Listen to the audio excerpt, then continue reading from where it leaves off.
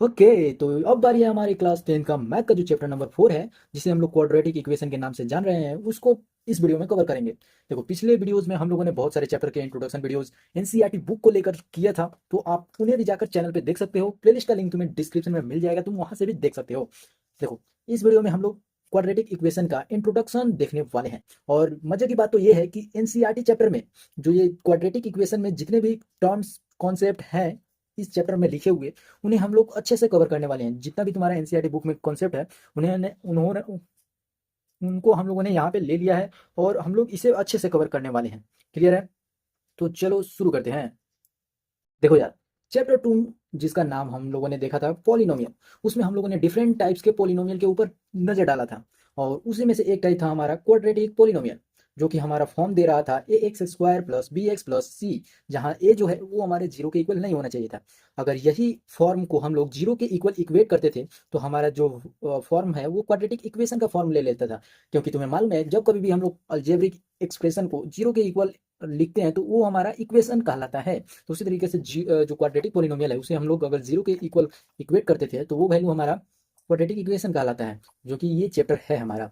ठीक है, और क्वाड्रेटिक इक्वेशन एक ऐसा चैप्टर है जो हमें डेली लाइफ में बहुत सारे ऐसे सिचुएशन देखते हैं जिन जहाँ से क्वाड्रेटिक इक्वेशन हमारा निकल कर आता है। अब वो कौन कौन से सिचुएशंस हैं, तो उन्हीं में से एक सिचुएशन तुम्हारे एनसीईआरटी बुक में दिया हुआ है, जो कि कुछ इस प्रकार से है। मान लो जैसे कि एक ट्रस्ट है, चैरिटी ट्रस्ट है, और वो जो है एक हॉल बना रहा है, जो कि प्रे करने के लिए काम में आने वाला है। बेसिकली एक असेंबली के टाइप में तुम समझ सकते हो। असेंबली हॉल, यहाँ पे प्रेयर हॉल लिखा गया है, वही मतलब हुआ। तो वहाँ पे जो कारपेट एरिया है वो तुम्हारा 300 स्क्वायर मीटर का है। ठीक है, अगर उसका जो लेंथ है वो 1 मीटर ज़्यादा है, अगर उसके ब्रेथ के ट्वाइस से, तो तुम्हें बताना है कि आखिर उसके लेंथ और ब्रेथ कितना होगा, किस चीज का, उस हॉल का। बेसिकली समझो यहाँ पे क्या कहा जा रहा है। जो तुम्हारा कारपेट है वो तुम्हारा कुछ 300 स्क्वायर मीटर का दिया हुआ है। ठीक है, और ये जो है ये तुम्हारा इस हॉल में बिछा हुआ है, और तुम्हें मालूम नहीं है कि हॉल का डायमेंशन कितना है। तो तुम्हें बताया गया है कि जो लेंथ है तुम्हारा वो 1 ज्यादा है ट्वाइस ऑफ ब्रेथ के। तो ब्रेथ अगर हम लोग एक्स मान लेते हैं, तो लेंथ हमारा कितना हो जाएगा, 1 + 2x। अब इसे हम लोग किस तरीके से इसका लेंथ और ब्रेथ का निकाले मेजरमेंट, तो वो हम लोग कुछ इस प्रकार से निकाल सकते हैं। ये तुम्हें एरिया दिया हुआ है कारपेट का एरिया जो है, अगर हम लोग एरिया ऑफ हॉल इक्वल कर दे, तो हमारा जो वैल्यू है वो निकल कर आ जाएगा। तो देखो, जैसे ही हम लोगों ने एरिया ऑफ हॉल को निकाला, तो हमारा जो वैल्यू है वो हमारा आ गया 2x² + x। ठीक है, और ये वैल्यू हमारा इक्वल हो जाएगा एरिया ऑफ कारपेट के। तो हम लोगों ने यहाँ पे लिख दिया। अब देखो, यहाँ से जो वैल्यू है, अगर हम लोग इसे लेफ्ट हैंड साइड में ला ले, तो ये जो पूरा फॉर्म है ये हमारा क्वाड्रेटिक इक्वेशन का फॉर्म आ गया। तो तुम देख रहे हो कि हमारा जो डेली लाइफ बेसिस पे जितने भी वर्क होते हैं, वो कुछ ना कुछ हमारे मैथमेटिक्स से रिलेटेड होते हैं। तो यहाँ जो हम लोग चैप्टर पढ़ रहे हैं क्वाड्रेटिक इक्वेशन, वहाँ पे तुमने देख लिया कि ये फॉर्म ले ले रहा है। और इसी तरीके के बहुत सारे तुम एग्जाम्पल अपने डेली लाइफ के बेसिस पे देख सकते हो और सोच सकते हो। अब देखो, यहाँ पे हमारा इस इक्वेशन को जो भी वैल्यू हमारा सेटिस्फाई करेगा, वो हमारा इक्वल हो जाएगा ब्रेथ ऑफ द हॉल के। कैसे? क्योंकि हम लोगों ने यहाँ से अगर एक्स निकाल लेना है, तो एक्स का वैल्यू ही तो हम लोगों ने ब्रेथ को माना था। तो इसलिए बोला जा रहा है कि ब्रेथ जो है वो हमारे इस इक्वेशन को सेटिस्फाई करेगा। ठीक है, अब देखो, बहुत लोग मानते हैं कि जो बेबीलोनियन है, उन्होंने ही पहला क्वाड्रेटिक इक्वेशन को सोल्व किया था। अब देखो, ये बेबीलोनियन क्या है, कौन है? तो ये एक मैथमेटिशियन है, जिन्हें ये कहा जाता है कि क्वाड्रेटिक इक्वेशन जो हमारा ये फॉर्म है, a x square plus b x plus c, इसको उन्होंने सॉल्व किया था। ठीक है, पहला बार। और और बताया जाता है कि वही पहले व्यक्ति थे जो जानते थे कि कैसे दो पॉजिटिव नंबर हमें निकालना है, जब गिवन हमारा पॉजिटिव सम और गिवन पॉजिटिव प्रोडक्ट किसी प्रॉब्लम में दिया रहे तो। और इसको उन्होंने इक्विवेलेंट करके सॉल्व किया था क्वाड्रेटिक इक्वेशन के फॉर्म में। और देखो, यहाँ से एक ग्रीक मैथमेटिशियन इक्विलिड साहब जो थे, उन्होंने एक जियोमेट्रिकल अप्रोच को फाइंड आउट किया, लेंथ अप्रोच किया, जिन्हें हम लोगों ने, अब देखो, उसी वक्त एक ग्रीक मैथमेटिशियन जो थे इक्विलिड साहब, उन्होंने एक जियोमेट्रिकल अप्रोच के द्वारा लेंथ कैसे निकाला जाता है उसे डेवलप किया। ठीक है, और आज के समय में उस टर्मिनोलॉजी को हम लोग सॉल्यूशन ऑफ क्वाड्रेटिक इक्वेशन के नाम से जान रहे हैं। ठीक है, अब देखो, क्वाड्रेटिक इक्वेशन को सॉल्व करना वैसे तो बहुत ही ज़्यादा आसान होता है, लेकिन इसके भी बहुत सारे तरीके हैं। ठीक है, और जो हमारा, अब देखो, क्वाड्रेटिक इक्वेशन के जनरल फॉर्म में सॉल्यूशन करने का जो क्रेडिट है, वो हमारे एंशियंट इंडियन मैथमेटिशियन को जाता है, जिनमें पहला नाम तो आता है ब्रह्मगुप्त का, जिन्होंने 598 सीई में ही एक्सप्लिसिट फॉर्मूला दिया था, जो क्वाड्रेटिक इक्वेशन हमारा फॉर्म है उसे सॉल्व करने में यूज़ किया गया। ठीक है, और बाद में जो श्रीदत्ताचार्य जी थे, जिन्होंने 1025 सीई में डिराइव किया था एक फॉर्मूला जिन्हें आज हम लोग क्वाड्रेटिक फॉर्मूला के नाम से जानते हैं, और उसे उन्होंने चिन्हित किया था भास्कर टू के नाम से। अब देखो ये क्वाड्रेटिक फॉर्मूला कैसे निकला और ये इन्होंने कैसे इसे ड्राइव किया, तो देखो एक मेथड है कंप्लीटिंग द स्क्वायर मेथड, ठीक है, और उसी के हेल्प से उन्होंने उसे डिराइव किया हुआ था, ठीक है। एक और मैथमेटिशियन थे अल ख्वारिज़मी नाम से, ठीक है, जिन्होंने 800 सीई में बताया था कि क्वाड्रेटिक इक्वेशन के बहुत सारे टाइप होते हैं, ठीक है। और अब्राहम बार हिवा हनासी ने उन्होंने अपना बुक में लीवर इवाडोरम नाम का बुक पब्लिश किया था यूरोप में 1145 में, जिन्होंने एक कंप्लीट सॉल्यूशन दिया था डिफरेंट क्वाड्रेटिक इक्वेशन के ऊपर। अब देखो इसी चैप्टर में हम लोग पढ़ने वाले हैं कि क्वाड्रेटिक इक्वेशन आखिर होता क्या है, कितने टाइप होते हैं, और वेरियस वेज से हम लोग उसका रूट्स कैसे निकाल पाएंगे, और क्वाड्रेटिक इक्वेशन के कुछ एप्लीकेशन के बारे में भी हम लोग पढ़ने वाले हैं कि ये जो है हमारे डेली लाइफ सिचुएशन पे कैसे बेसिस करता है। देखो यहाँ पे एक वर्ड आया था रूट्स, और ये तुम्हें लग रहा होगा कि जैसे कि स्क्वायर रूट हम लोगों ने पढ़ा, क्यूब रूट पढ़ा, तो ये कहीं उस तरीके का तो नहीं आ गया इसमें। तो देखो यार ये ऐसा बिल्कुल भी नहीं है, और ये इस रूट का मतलब है, देखो अगर मैं तुम्हें सही बताऊं ना तो तुमने इसको बहुत ही आसानी से निकालना सीखा है, ठीक है। बस तुम्हें एक नया नाम देखने को मिल गया तो तुम यहाँ पे कंफ्यूज हो जा रहे हो। लेकिन देखो जो तुम जीरोज निकाल रहे थे क्वाड्रेटिक पॉलिनोमियल में, देखो पॉलिनोमियल का बात कर रहा हूँ मैं, और वही पॉलिनोमियल का जो जीरोज है उसे यहाँ पे एक रूट नाम से दे दिया गया है क्वाड्रेटिक इक्वेशन के लिए। क्लियर है? ठीक है सर। तो देखो क्वाड्रेटिक इक्वेशन ये जो है हमारा फॉर्म, अगर हम लोग बात करें क्वाड्रेटिक इक्वेशन का जो स्टैंडर्ड फॉर्म है वो क्या है, तो वो हमारा यही है ए एक्स, तो वह यही है a x square plus b x plus c is equal to zero. अब देखो ये क्वाड्रेटिक इक्वेशन है हमारा, ठीक है, और जहाँ पे ए बी सी जो है हमारे रियल नंबर्स होते हैं और ए जो है जीरो के इक्वल नहीं होता है, ठीक है। अगर हम लोग वेरिएबल चेंज करें तो हमारा जो वेरिएबल है वो भी चेंज हो जाएगा। अब देखो यहाँ पे कुछ एग्जांपल्स तुम्हें देखने को मिल जाएगा जो कि तुम देख सकते हो, यहाँ पे बहुत सारे एग्जांपल है, ये सभी जो है हमारे क्वाड्रेटिक इक्वेशन है। इनफैक्ट वो सारे पॉलिनोमियल जिनके डिग्री टू होते हैं उन्हें हम लोग क्वाड्रेटिक इक्वेशन बोलेंगे, ठीक है। और जो हमारा पॉलिनोमियल है उसे हम लोग कुछ इस प्रकार से लिखते हैं कि जो पावर हमारा बड़ा है उसे हम लोग पहले, उसके बाद उससे पावर छोटा का वैल्यू लिखेंगे, इस तरीके से। कहने का मतलब है कि डिग्री जो है वो हम लोग डिसेंडिंग ऑर्डर में लिखते हैं, ठीक है। और तुम्हें तो मैंने बता ही दिया कि स्टैंडर्ड फॉर्म क्वाड्रेटिक इक्वेशन का क्या है, तो यही है, ठीक है। और हमारे डेली बेसिस पे देखिए क्वाड्रेटिक इक्वेशन के बहुत सारे सिचुएशन, तो यहाँ पे कुछ एग्जांपल लिए गए हैं जो तुम्हें मैं बता देना चाहता हूँ, ठीक है। अगर इन सारे एग्जांपल को हम लोग मैथमेटिकली रिप्रेजेंट करके देखें तो देखो ये कैसे क्वाड्रेटिक इक्वेशन का फॉर्म ले लेता है। फिलहाल ये कोई भी तुम्हें देखने से क्वाड्रेटिक इक्वेशन नहीं लगेगा, ठीक है। ये जैसे लगेगा कि हम लोग आमने सामने होकर बात कर रहे हैं सेम वैसे ही, लेकिन जैसे जैसे तुम मैथमेटिकली इसे सॉल्व करते जाओगे तुम्हें देखने को मिलेगा कि ये एक क्वाड्रेटिक इक्वेशन का फॉर्म ले रहा है, ठीक है। तो यहाँ पे दो एग्जाम्पल हैं जिन्हें हम लोग बहुत ही प्यार से कवर करने वाले हैं, तो देखो कैसे। यहाँ पे जो पहला एग्जाम्पल है उसमें हमें बताया जा रहा है कि दो व्यक्ति हैं, जॉन और जीवंती, ठीक है। इन दोनों को के पास 45 मार्बल्स हैं। ये मार्बल्स तुम जानते हो ना? नहीं नहीं, ये वो वाले मार्बल्स नहीं है, ये कंचे वाले मार्बल्स हैं जो गोल गोल हम लोगों ने बचपन में खेला था ना, वो वाले मार्बल हैं। ये घरों में लगने वाला मार्बल नहीं है, ठीक है। तो जॉन और जीवंती के पास 45 मार्बल्स हैं, ठीक है। और उन दोनों ने पाँच पाँच मार्बल जो है लॉस्ट कर दिया, गंवा दिया, गुम करा लिया, ठीक है। तो तुम्हें बताना यहाँ पे बताया गया है कि जो जितने बच गए हैं उनके पास, अगर उनका प्रोडक्ट निकाला जाए तो वो हमारा होता है 124। तो तुम्हें यहाँ पे बताना है कि शुरुआती में उन दोनों को के पास आखिर कितने मार्बल्स थे। अब देखो इसे अगर हम लोग सॉल्व करने जाए तो हम लोगों को कुछ सॉल्यूशन इस प्रकार से देखने को मिलेगा। तो कैसे? देखो अगर हम लोग मान लेते हैं कि जॉन के पास जो है वो मार्बल्स हमारा एक्स है, ठीक है, ये जॉन के मानने हैं, तो जीवंती के पास हमारा कितना हो जाएगा? जॉन के जितने हैं वो टोटल में से उतना को घटा देंगे तो जाकर हमको जीवंती का मिलेगा। तो जीवंती का हो गया हमारा 45 माइनस एक्स। क्लियर है? ये दोनों वैल्यू ध्यान में रखना, ठीक है। अब यहाँ पे बोला जा रहा है कि जो जॉन है और जो जीवंती है दोनों जो है पांच पांच मार्बल्स को गंवा देती है, तो इन दोनों में से पांच माइनस कर दिया, तो जीवंती का हो गया हमारा 14 माइनस एक्स हो गया, और जॉन का हो गया एक्स माइनस 5। और बोला जा रहा है कि जब इनका मल्टीप्लीकेशन प्रोडक्ट अगर देखा जाए तो वो हमारा आ रहा है 124। तो यही दोनों वैल्यू को अगर हम लोग मल्टीप्लाई कर दे, ये वाला वैल्यू और ये वाला वैल्यू, इन दोनों को मल्टीप्लाई कर दे तो वो हमारा इक्वल होगा 124 के इक्वल। तो आओ जरा देखते हैं मल्टीप्लाई करके। तो ये हम लोगों ने यहाँ पे देख लिया कि कितना बचा था, इन दोनों को का प्रोडक्ट निकाले हमें इतना देखने को मिल गया। इस वैल्यू को हम लोग 124 के इक्वल किए, तो जो हमारा फॉर्म है वो हमारा कुछ इस तरीके का आ गया। और यही तो है हमारा क्वाड्रेटिक इक्वेशन का फॉर्म, जो कि हमारा a x square plus b x plus c is equal to zero के फॉर्म में है। यहाँ पे जो हमारा बी है वो हमारा माइनस के फॉर्म में है, कोई बात नहीं है, लेकिन ये जो है ये हमें इनडायरेक्टली रिप्रेजेंट कर रहा है क्वाड्रेटिक इक्वेशन को। क्लियर है? उसी तरीके से सेकेंड एग्जाम्पल के ऊपर आते हैं, जैसे कि एक कॉटन इंडस्ट्री है, ठीक है, वहाँ पे बताया जा रहा है कि जो हमारा इंडस्ट्री है वो दिन भर में एक सर्टेन नंबर ऑफ टॉयज को प्रोड्यूस कर रहा है, ठीक है। अगर कॉस्ट जो है एक टॉय का, कॉस्ट ऑफ प्रोडक्शन जो है एक टॉय का, वो हमें मिल रहा है 55 minus the number of toys produce in a day, ठीक है, यानी 55 minus produce in a day, ये कॉस्ट है हमारा एक टॉय का। अगर हम लोग मान लेते हैं कि जो हमारा प्रोडक्शन है एक दिन का टॉय का वो एक्स है, तो जो कॉस्ट होगा वो हमारा 55 माइनस एक्स हो जाएगा। क्लियर है? तो हमें आगे बोला गया है कि एक पर्टिकुलर डे पे जो टोटल ऑफ प्रोडक्शन है वो हमारा है 750 रुपीज़। तो तुम्हें बताना है कि टोटल प्रोड्यूस जो है एक दिन में टॉय कितने किए गए हैं, ठीक है। तो सबसे पहले तो हम लोगों ने मान लिया कि एक दिन में जो टॉय का प्रोडक्शन है वो एक्स है, ठीक है। और फिर हम लोगों ने देखा कि कॉस्ट ऑफ प्रोडक्शन जो है अकॉर्डिंग टू क्वेश्चन हमारा 55 माइनस एक्स हो जाएगा। क्लियर है? तो टोटल प्रोडक्शन अगर देखें किसी एक दिन का, तो वो हमें बताया गया कि 750 के इक्वल है।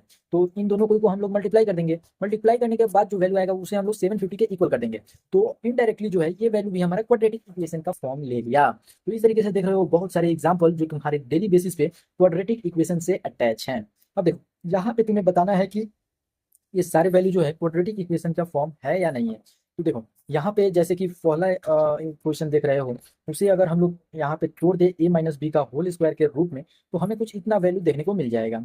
और इतने वैल्यू के बाद अगर हम लोग जो बचा हुआ केस है उसे हम लोग ऐड करके और बगल वाले वैल्यू को इक्वल कर दें, तो जो वैल्यू हमारा लाइक टर्म्स होगा उसे हम लोग एक तरफ ला लेंगे और देखेंगे हमारा वैल्यू जो है वो a x square plus b x plus c के इक्वल है या नहीं है। अगर इस तरीके के फॉर्म ले लेगा तुम्हारा इक्वेशन, तो तुम उसे बोलोगे कि हाँ भाई ये क्वाड्रेटिक इक्वेशन है हमारा, ठीक है। जैसे हम लोग यहाँ पे एग्जांपल नंबर 2 को देखते हैं। यहाँ पे जब हम लोग लेफ्ट हैंड साइड जो वैल्यू को सिंप्लीफाई किए, तो हमारा जो वैल्यू है वो हमारा आया x square plus x plus 8। और जब हम लोगों ने राइट हैंड साइड के वैल्यू को सॉल्व किया, तो वो हमारा वैल्यू आया एक्स स्क्वायर माइनस 4। अब देखो एक्स स्क्वायर यहाँ पॉजिटिव में है, यहाँ पॉजिटिव में है, यानी इक्वल साइड में हमारा दोनों जो सेम है वो साइन जो है वो सेम है। तो ये वैल्यू हमारा यहाँ से कैंसिल आउट हो गया। अब पूछोगे कैसे? तो अगर मान लो यहाँ पॉजिटिव है तो ये हमारा इधर आएगा तो निगेटिव हो जाएगा, तो पॉजिटिव और नेगेटिव वैल्यू कैंसिल आउट हो जाएगा। उसी तरीके से एक्स स्क्वायर को हम लोगों ने कैंसिल आउट कर दिया, तो ओवरऑल जो वैल्यू है वो हमारा आया एक्स प्लस 12। अब देखो हम लोगों ने बात किया था क्वाड्रेटिक इक्वेशन होने का, और हम भी जानते हैं क्वाड्रेटिक इक्वेशन का जो फॉर्म है वो हमारा होता है a x square plus b x plus c is equal to 0।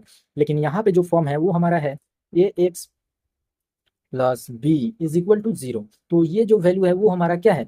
ये एक लीनियर फॉर्म है। लेकिन हमें यहाँ पे पूछा गया है कि चेक करके बताइए कि ये वैल्यूज हमारा क्वाड्रेटिक इक्वेशन है या नहीं है। तो ये वैल्यू हमारा फॉर्म के इक्वल है ही नहीं, तो ये कैसे हमारा क्वाड्रेटिक इक्वेशन होगा? इसलिए this given equation is not a quadratic equation. Clear हो गया? तो इसी तरीके से बाकी के जो एग्जांपल्स है तुम उन्हें भी चेकआउट कर सकते हो। अब देखो यहाँ पे जितने भी तुम्हें क्वाड्रेटिक इक्वेशन देखने को मिले हैं वो सभी जो है क्वाड्रेटिक इक्वेशन नहीं है। ऐसा कहने का मतलब है कि जो तुम्हें क्वाड्रेटिक इक्वेशन ऑलरेडी दिख रहा है वो पॉसिबल, ऐसा जरूरी नहीं है कि वो क्वाड्रेटिक इक्वेशन ही हो, ठीक है।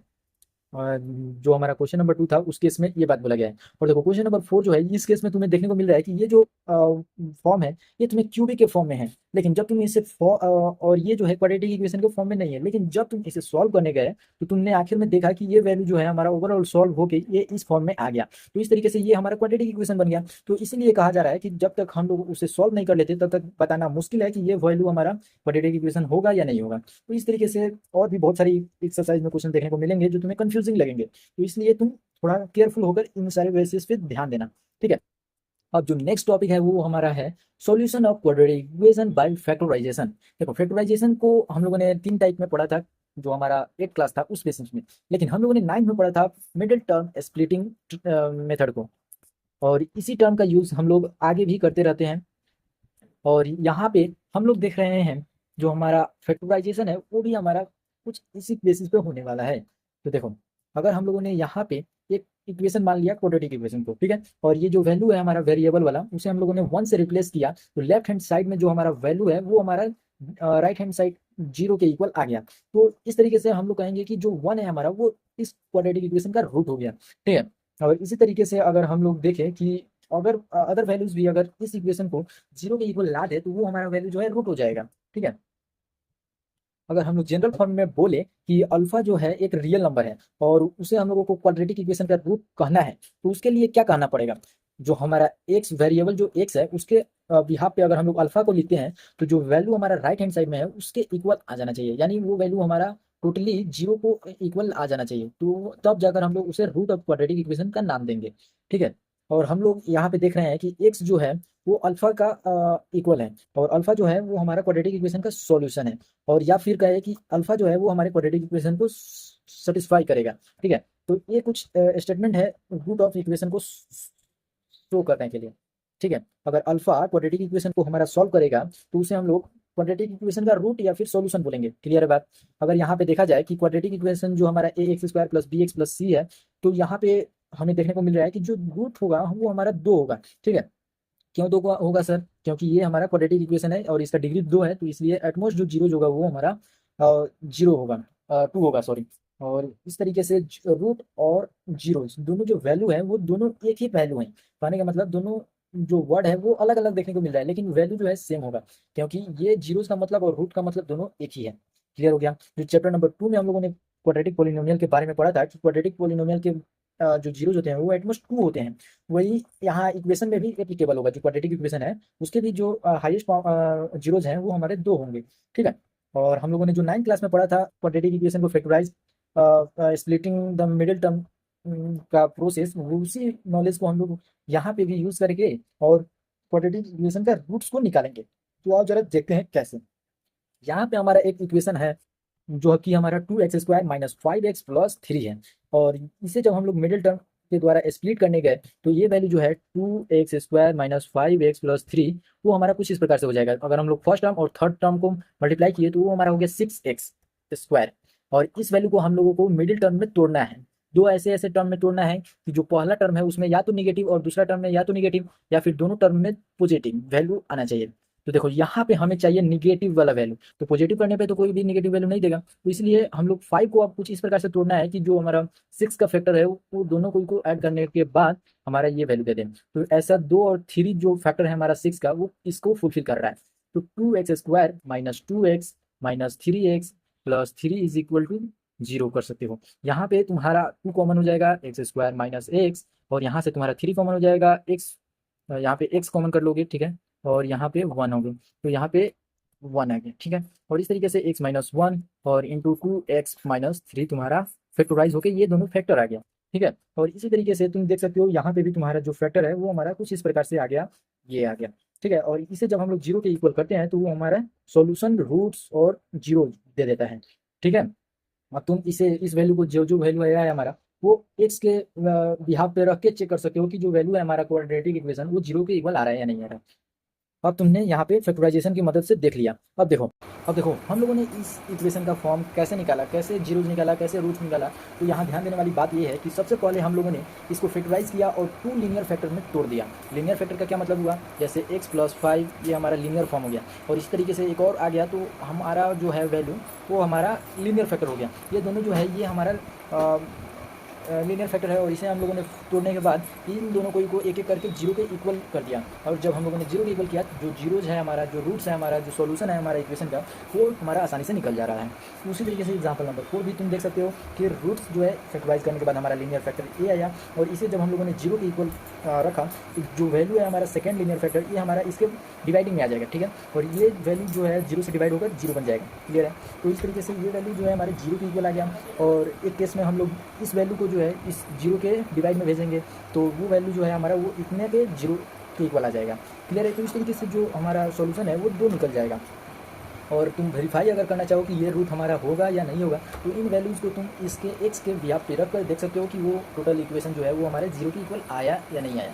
ठीक है, इसी तरीके से एग्जाम्पल नंबर 5 देख सकते हो तुम। अब देखो इस चैप्टर में जो अहम भूमिका जो निभाता है वो है तुम्हारा नेचर ऑफ रूट्स। यही जो मेन टॉपिक है तुम्हें समझना चाहिए। ठीक है, अब देखो नेचर ऑफ रूट्स तो तुम्हारे जो एनसीईआरटी बुक है उसमें केवल और केवल लिख दिया गया है कि ये कर दो और आसानी से वो तुम्हारा निकल गया। लेकिन अगर तुम इसे अच्छे से समझना चाहते हो तो कमेंट में बता दो, मैं एक डेडिकेटेड वीडियो बना दूंगा। ठीक है, देखो नेचर ऑफ रूट्स को समझने से पहले तुम्हें देखना पड़ेगा कि जो हमारा 0 जा रहा है वो हमारा किस फॉर्म का आता है। तो ये सभी जो है इस पर हमें एक वीडियो बनाना पड़ेगा कि ये हमारा जो 0 है, जो हमारा रूट है वो हमारा इतना के इक्वल कैसे आया।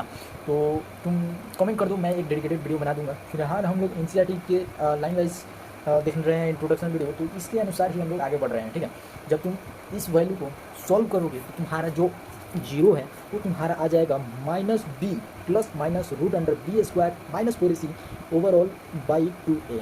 ठीक है, अब देखो ये तुम्हारा जीरो आ गया। यहाँ पे प्लस माइनस का क्या मतलब हुआ सर? तो प्लस माइनस का मतलब हुआ कि एक केस में तुम्हें प्लस लेना है और एक और केस में हमें माइनस लेना है। तो ओवरऑल तुम देख रहे हो दो जीरोज आ गया, ठीक है। अब देखो नेचर ऑफ फ्रूट्स जो है तीन तरीके से होगा, तीन तरीके पे अलग अलग होंगे, ठीक है। तो वो तीन तरीके क्या है, तीन केसेस क्या बनेंगे नेचर ऑफ रूट्स के, तो ध्यान से सुनना, ठीक है। डी, यहाँ पे जो वर्ड आया डी, ये क्या होता है? तो डी जो है वो हमारे इक्वेशन जो हमारा रूट्स है उसमें हमारा कुछ फॉर्म है B square minus 4ac।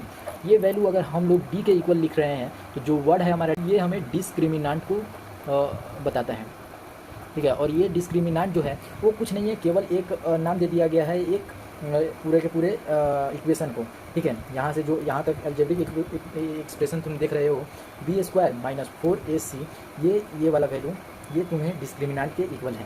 Clear है? डिस्क्रिमिनांट सोचने की ज़रूरत नहीं है कि आखिर ये बड़ा नाम बड़े चीज़ क्या आ गया, ये केवल एक वैल्यू को उसके नाम पर बता दिया गया है। क्लियर हो गया? अब देखो यहाँ पे तीन केसेस कौन कौन से बनते हैं उसे ध्यान से सुनना।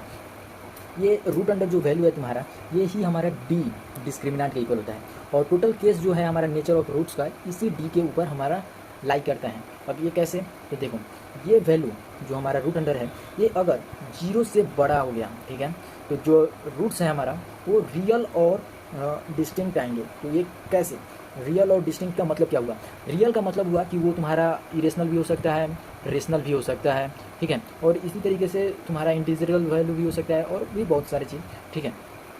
लेकिन ये डिस्टिंक्ट का मतलब क्या हुआ? तो इसका मतलब हुआ कि दो अलग अलग रियल नंबर्स हो सकते हैं, ठीक है। जो तुम्हारा जीरो जाएगा वो तुम्हारा अलग अलग होगा। अलग अलग से मतलब है मेरा कि जब तुम यहाँ पे देख रहे हो प्लस, और एक केस में तुम्हें प्लस करना है और दूसरे केस में माइनस करना है, तो ओवरऑल जो वैल्यू है वो तुम्हें अलग अलग देखने को तो मिल ही रहा है। तो इस तरीके से तुम बता सकते हो कि जो तुम्हारा जीरो है अगर डी का वैल्यू अगर जीरो से बड़ा आएगा तो उस केस में अलग अलग डिस्टिंक्ट रियल नंबर्स तुम्हें रूट के रूप में देखने को मिल जाएगा।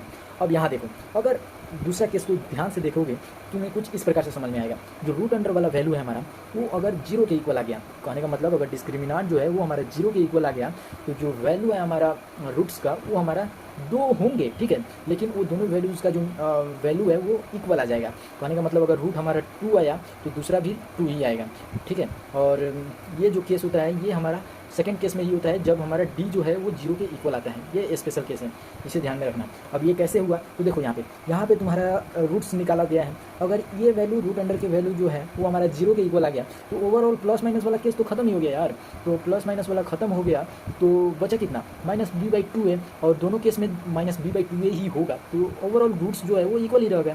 तो तुम यहाँ पे सेकेंड केस देख सकते हो।